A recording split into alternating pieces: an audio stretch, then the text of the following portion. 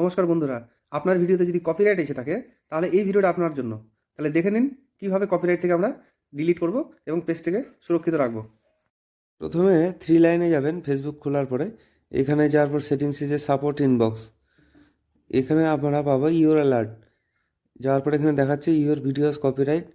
এখানে যাওয়ার পরে আমাদের ভিডিওটা চলে এসে কপিরাইটের, তো সেখানে আমাদের কী করতে হবে, ভিডিওটা আমরা দেখে নিয়ে নিচে সি ডিটেলসে টাচ করব।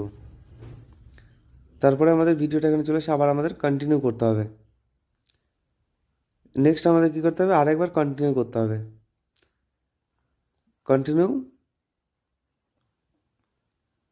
এবার করার পর আমাদের এখানে চাইছে অ্যাকসেপ্ট চেঞ্জ। আমরা ভিডিওটা যদি রাখি তাহলে অ্যাকসেপ্ট চেঞ্জ করতে হবে, অথবা রিমুভ ভিডিও করে আমরা এখানে কন্টিনিউ করব। এই যে আমাদের কাছে চলে এসেছে ডিলিট ভিডিও, তো আমরা এখান থেকে ভিডিওটাকে ডিলিট করে দিচ্ছি এবং এখানে ডিলিট হয়ে গেছে, এখানে ক্লোজ করে দিলাম। নেক্সট আমরা আরেকবার দেখে নেব।